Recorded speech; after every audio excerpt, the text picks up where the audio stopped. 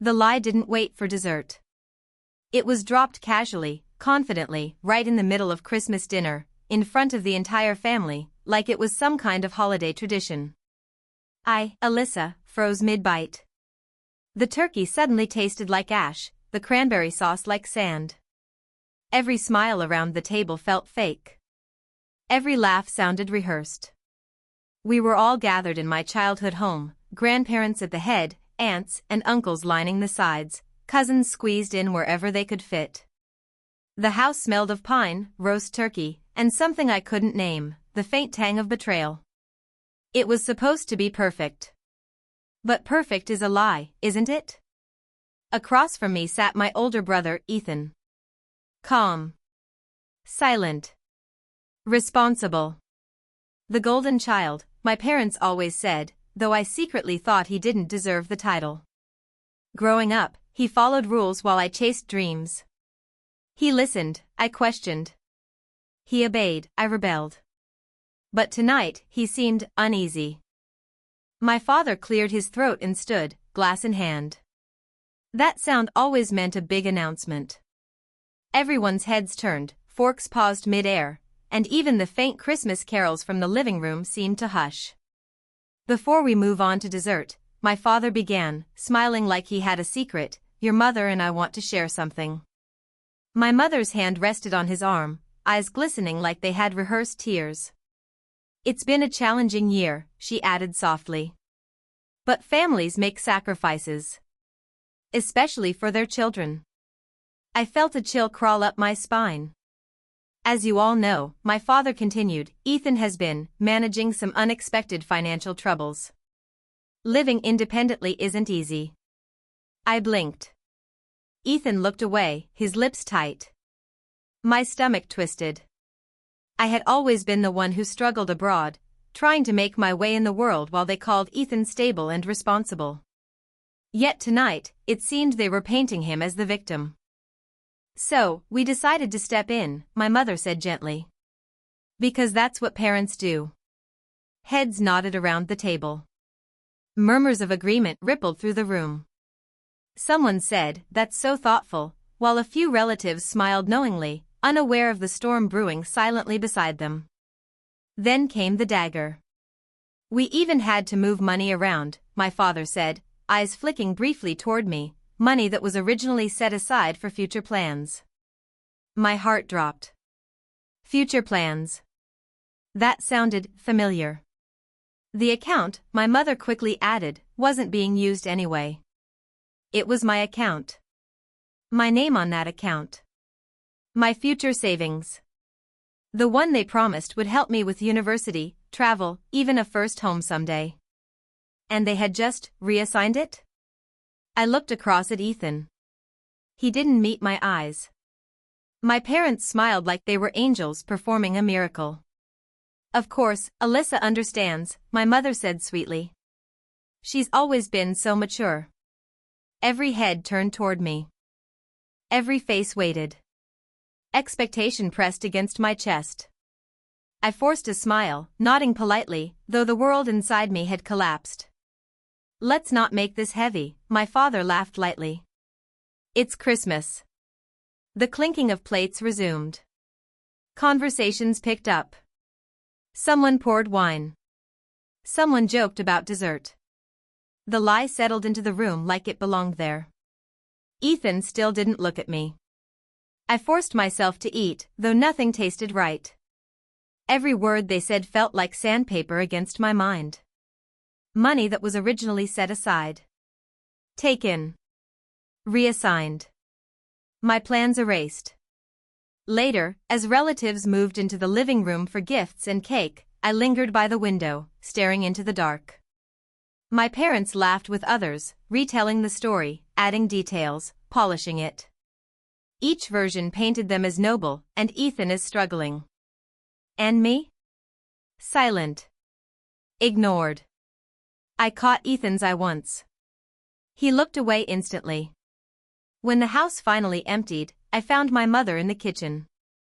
"What did you mean?" I asked softly, "about the account?" She didn't flinch. Didn't lie. Didn't fluster. "Oh, Alyssa," she said, sighing, "don't start tonight." It was family money. It was in my name, I said, voice tight. Names don't matter in families, she shrugged. Something snapped inside me, not anger. Not yet. Something sharper. Colder. I went upstairs to my old bedroom, the one I'd grown up in. The bed was still neat, faint holes in the wall from old posters. Everything looked the same, unchanged. Except me. At midnight, I pulled out my phone. I searched for the number my father always bragged about. The bank. The manager. The one place my future was supposedly safe. I didn't call that night. But staring at the screen, I realized one thing. If my parents could lie so easily in front of the whole family, then the truth, whatever it was, had been hidden for a long time. And I, Alyssa, was finally ready to uncover it. The next morning, the house was quiet, but the unease from last night lingered like smoke. I sat at the kitchen table with a cup of coffee that had gone cold, replaying every word from dinner. My parents' smiles. Ethan's silence. The way they called the account family money. My stomach churned.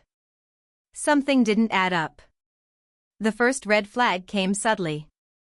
My mother had promised to help me organize a small savings plan for my upcoming UK trip, yet she brushed me off when I asked about it.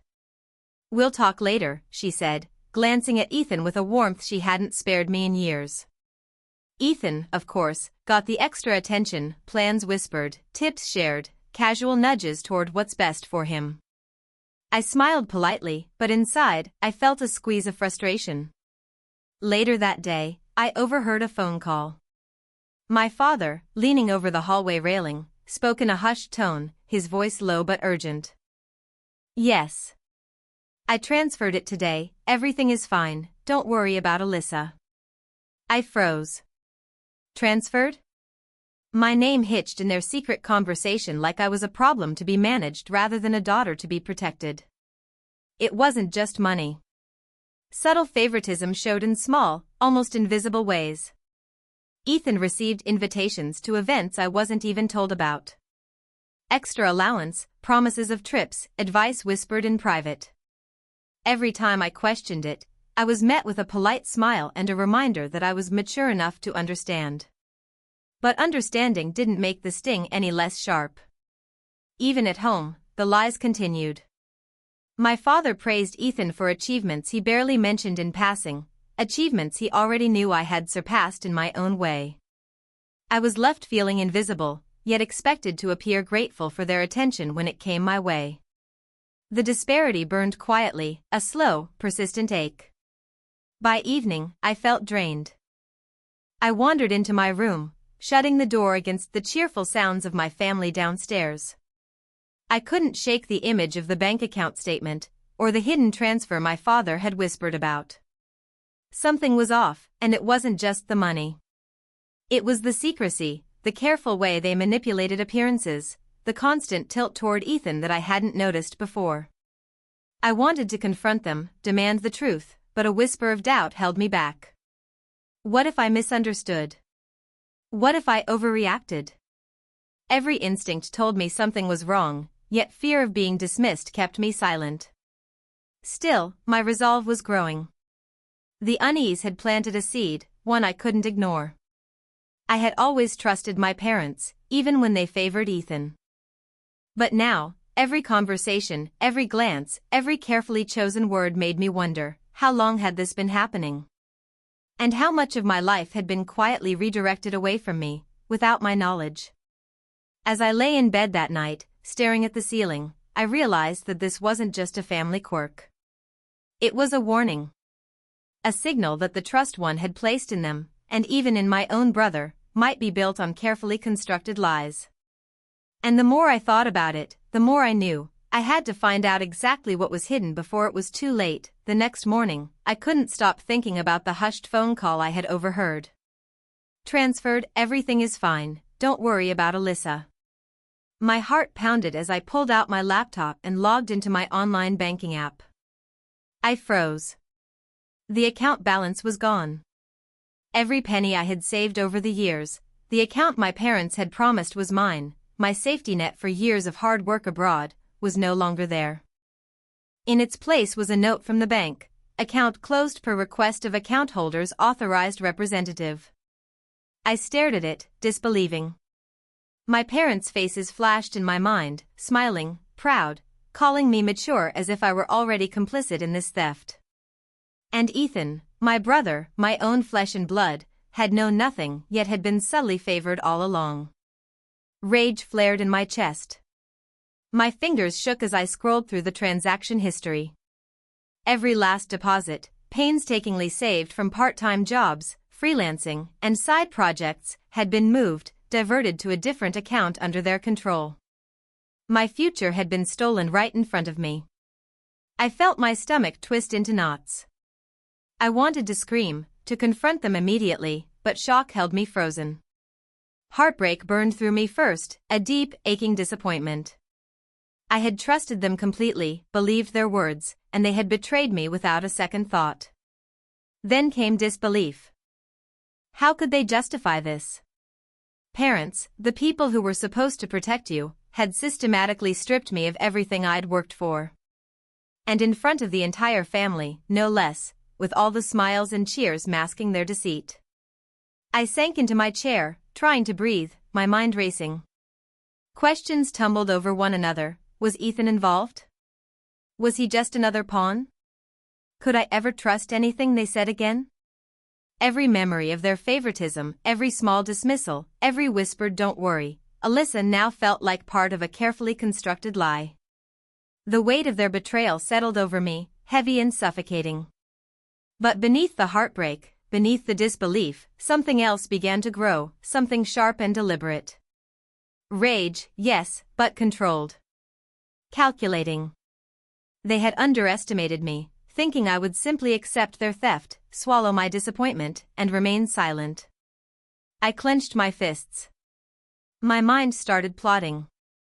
I didn't yet know the exact steps, but one thing was clear: I couldn't let this go. Not now. Not ever.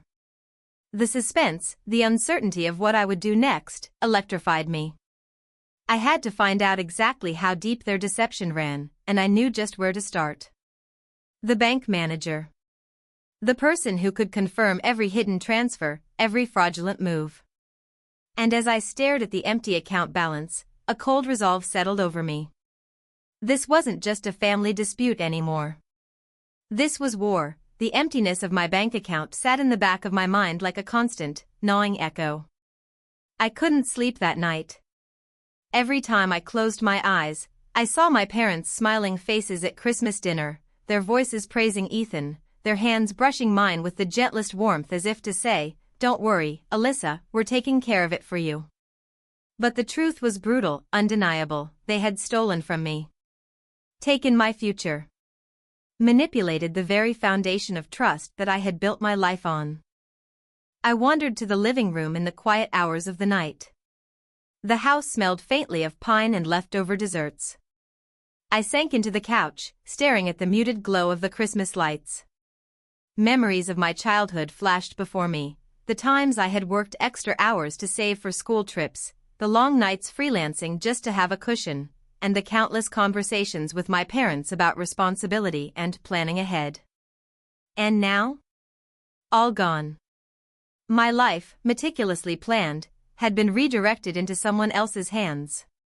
For hours, I sat there in silence, letting the heartbreak wash over me. Then, slowly, like a tide turning, grief began to harden into something else. Sharp. Precise.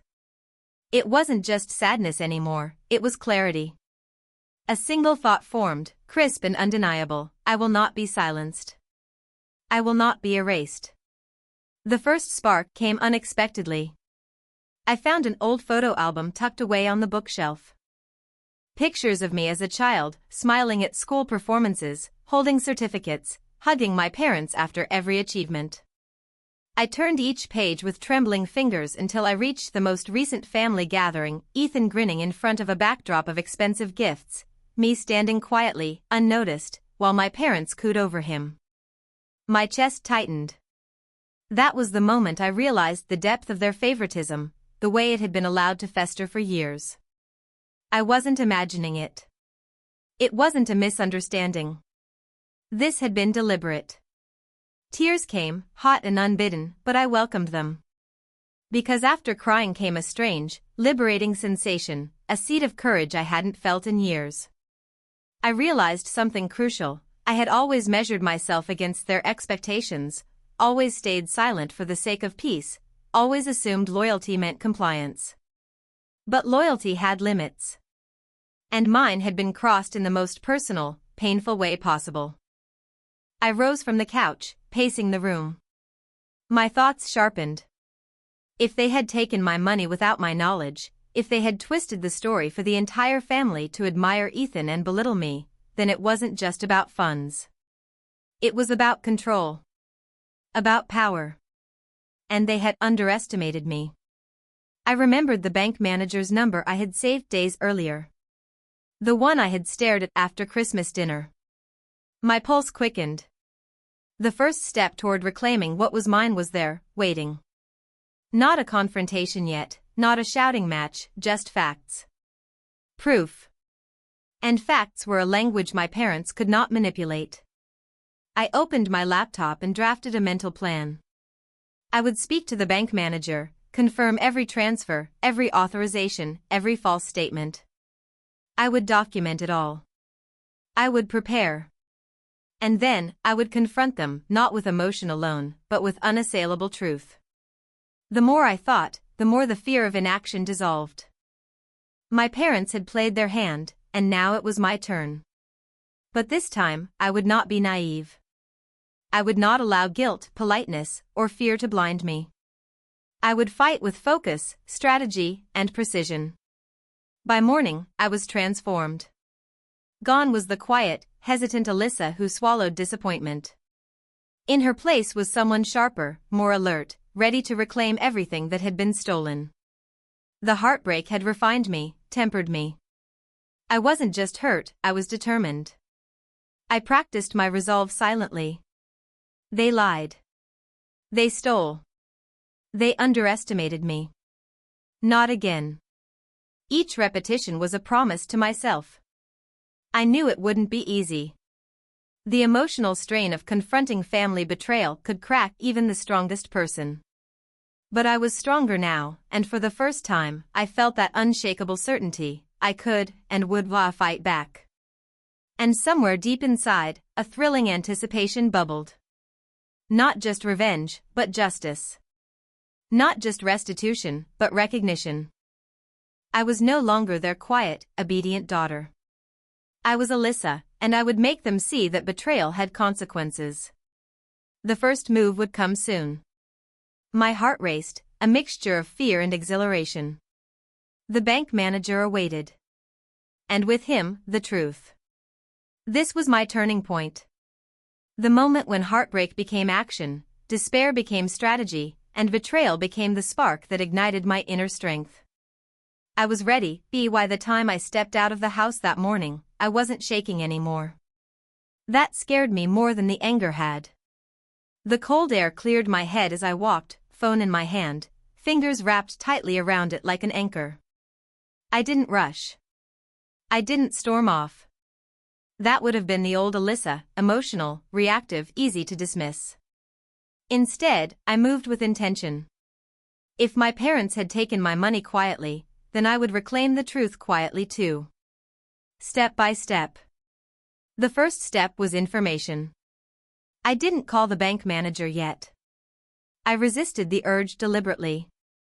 Instead, I reviewed everything I already had access to: emails, old messages, screenshots of past conversations where my parents reassured me the account was untouched.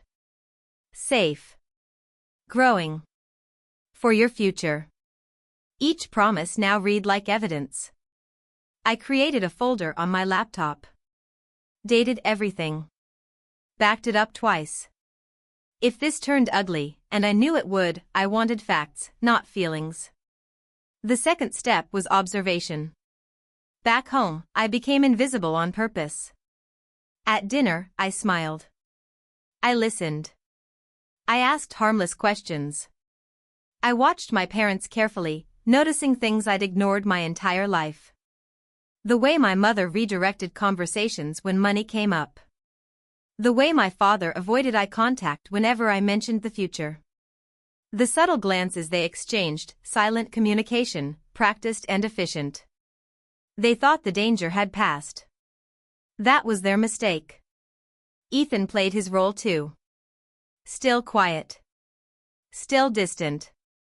Still benefiting from decisions he pretended not to notice. I couldn't tell if he was complicit or just weak. Either way, he wasn't innocent. A few days later, I set the third step in motion. The trap. I casually mentioned over breakfast that I might need a small amount from my old savings for a short course abroad. My mother froze for half a second. "Oh," she said, too lightly. "Why rush into that?" My father chimed in quickly. "We should talk about finances later. Things are complicated right now." Complicated. There it was. That night, I sent myself a voice memo, recording everything while it was fresh, the hesitation, the deflection, the exact wording. Patterns mattered. Lies always followed patterns. The fourth step was leverage. I reached out to extended family, not to accuse, not to complain, but to ask innocent questions. "Do you remember when Mom and Dad said they opened that account for me?" "Yes." "They mentioned it at Christmas, right?" "Of course." They sounded very confident. Confident liars always do. I documented those conversations too. Quietly. Carefully. The tension in the house grew, though no one spoke about it openly. My parents were relaxed on the surface, but I noticed the cracks. Phone calls taken in private. Whispered conversations stopping when I entered the room. A new defensiveness whenever finances came up. They still believed they were in control. That belief was the only reason my plan would work. The fifth step, the most important one, was timing. I finally scheduled the meeting with the bank manager. Not immediately. Not impulsively. I waited until my parents were comfortable again, until they stopped watching me so closely. Until they assumed I had accepted my place. The appointment confirmation sat quietly in my calendar like a loaded weapon. In the meantime, I rehearsed. Not arguments. Not accusations. Questions. Clear, precise questions that would force answers. Who authorized the transfer? When was the account closed? Under what legal authority? Why wasn't I informed? Questions that couldn't be laughed off at a dinner table. Each night, doubt tried to creep in. They're your parents. What if this destroys the family? What if you're wrong? But then I remembered the empty account balance. The public lie. The way they had smiled while erasing my future. Families don't do that by accident. By the end of the week, the tension became almost unbearable. My parents grew bolder again, planning trips, discussing expenses openly, acting like the worst had passed. I could see it clearly now, they thought silence meant surrender. I let them believe it. On the eve of my meeting with the bank manager, I stood in front of the mirror and barely recognized myself. Not because I looked different, but because I felt grounded. Focused. Dangerous in a quiet way. This wasn't revenge fueled by rage. This was precision. Tomorrow, I would hear the truth from the one place that couldn't lie. And once I had it, everything would change. My parents still believed they held all the power.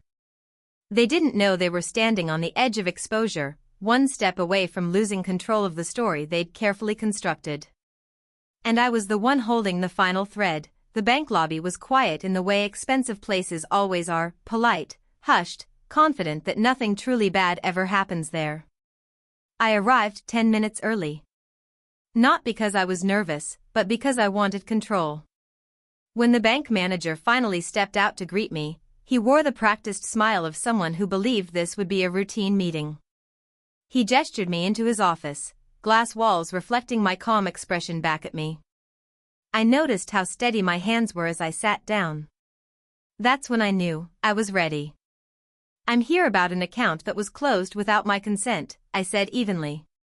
No drama. No emotion. His smile faltered just slightly. He pulled up records. Typed. Paused. Then his posture changed. The silence stretched. "Ms. Alyssa," he said slowly, "the account was closed under authorization from your parents. Specifically, your father." "I never signed anything," I replied. "And I was the primary account holder." He swallowed. "Yes. That's the problem." He turned the screen toward me. There it was. The signature. Not mine. A forged authorization form. A rushed scan. A legal loophole abused by someone who assumed I'd never look closely. "What happens now?" I asked. He leaned back, exhaling. "Now, everything that happened becomes very difficult for them to explain." That was the moment the movie in my head shifted from slow burn to explosion. I didn't scream. I didn't cry. I smiled. Because the evidence wasn't just proof of theft, it was proof of fraud. And fraud doesn't stay a family secret. 2 days later, my parents invited everyone over again. They called it a family meeting. Said they wanted to clear the air after Christmas. Apologies were hinted at. Closure promised. They had no idea I had already rewritten the ending. The living room filled quickly. Grandparents. Aunts. Uncles. Cousins. Even Ethan sat stiffly on the couch, eyes darting like he sensed a storm coming but didn't know from which direction. My mother stood first. "We just want honesty tonight," she said warmly. "Families shouldn't hold grudges." I almost laughed. My father nodded. "If anyone feels hurt, we should talk it through." That was my cue. "I agree," I said, standing. My voice didn't shake. "Honesty is overdue." Every head turned toward me. I went to the bank. The room changed instantly. My father stiffened. My mother's smile froze. "I met with the bank manager," I continued calmly. "About the account that was closed in my name." My father stood abruptly. "Alyssa, this isn't the time." "Oh, it is," I interrupted. Still calm. Still controlled. "Because I brought documentation." I placed the printed forms on the coffee table. Copies. Highlighted. Impossible to ignore. "Forgery," I said plainly. "Unauthorized transfer. False representation." A gasp rippled through the room. My mother rushed forward. "This is a misunderstanding, the bank doesn't think so," I replied. "They've already flagged the account. An internal investigation is underway." Silence. Thick. Crushing. My father's face drained of color. "And before anyone asks," I added, turning slowly to face the room, "yes, this was the same money you were told at Christmas had been moved around." Eyes shifted. Murmurs grew louder. Someone whispered, "You said it was family money." My father opened his mouth. Closed it. I turned to Ethan. "Did you know?" I asked. He shook his head slowly, horror dawning on his face. "No. I swear. I didn't know." For the first time, I believed him. Then the final blow. "I've also informed the bank," I said, "that if this isn't resolved immediately, I will pursue legal action." My mother sank onto the couch.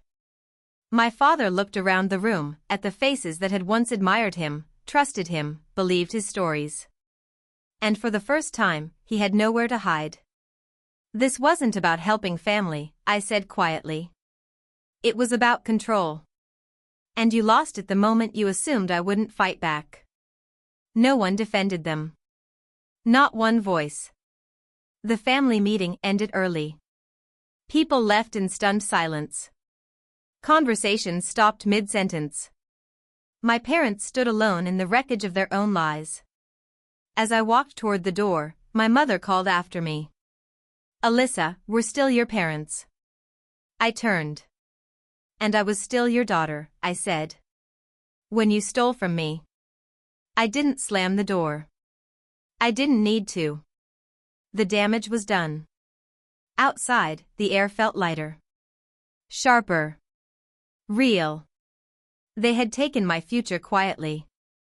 I took back the truth loudly. And that was only the beginning. The fallout didn't explode all at once. It unraveled. Slowly. Publicly. Irreversibly. Within days of that family meeting, the bank froze every account connected to my parents. What they thought would stay hidden behind smiles and holiday speeches was now part of an official investigation. Calls went unanswered. Meetings were postponed. Their confidence, once so effortless, crumbled into panic. The money came back first. Not all at once. Not cleanly. But it came back to the account. It had never belonged anywhere else but mine. Seeing the balance restored didn't make me celebrate. It made me exhale. For the first time in weeks, my chest felt light enough to breathe without pain. My parents tried to reach me. Texts at first. Then calls. Long voicemails full of justifications disguised as apologies. "We didn't mean to hurt you. We thought it was temporary." Families make mistakes. They never said the one sentence that mattered: "We were wrong." Ethan came next. He showed up at my door one evening, eyes red, voice unsteady. He told me everything he knew, which wasn't much. He'd believed our parents when they said the money issue was handled. He'd trusted them the same way I had. I believed him. But belief didn't mean things went back to how they were. Some bridges can be repaired. Others are better left as lessons.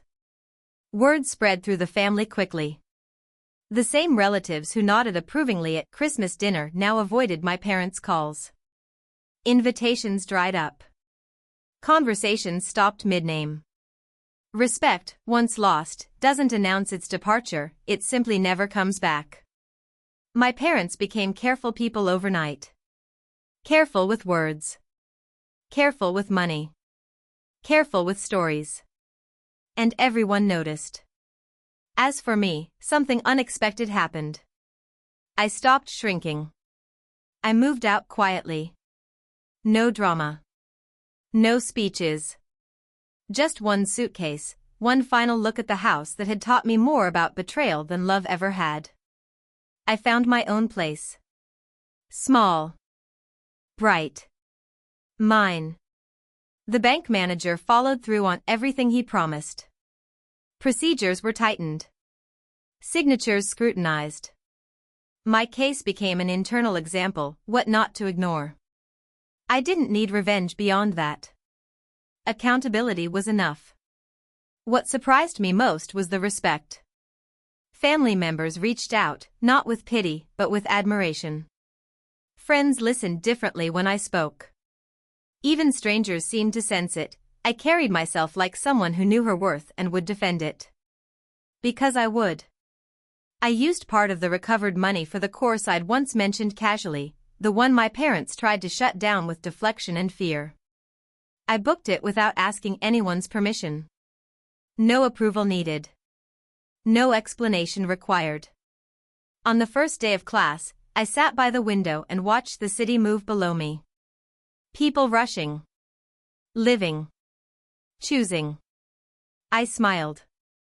That night, my mother sent one final message. "We hope one day you'll understand why we did what we did." I deleted it. Understanding doesn't mean accepting. And forgiveness doesn't mean access. What they lost wasn't just money. It was authority. Control. The story they'd spent years writing where I was always the quiet, grateful daughter who wouldn't question the ending. They thought lying at Christmas dinner would protect them. Instead, it exposed them. I don't hate my parents. But I don't belong to them anymore either. And that freedom, earned through pain, courage, and truth, is worth more than any account balance ever was. So let me ask you, watching this right now, have you ever been betrayed by the people who were supposed to protect you? Have you ever been told to stay quiet for the family? Have you ever had to choose between peace and self-respect? If you have, you're not alone. Tell your story in the comments. Someone out there needs to hear it.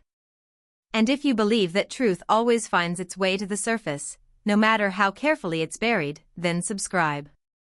Because sometimes, the most powerful revenge isn't destruction.